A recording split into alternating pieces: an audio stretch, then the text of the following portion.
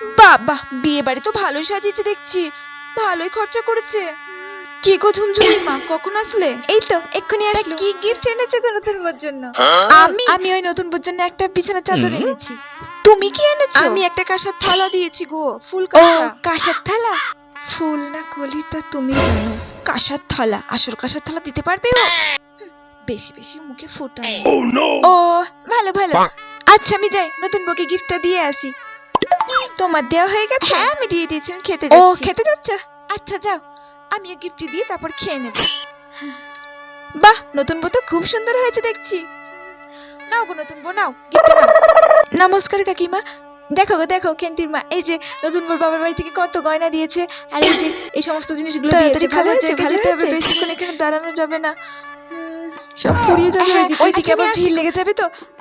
তাড়াতাড়ি খেয়ে নি বুঝলে, আমার আবার বেশি রাত করা যাবে না, তাহলে আমার শরীরটা খারাপ করবে। আসছি।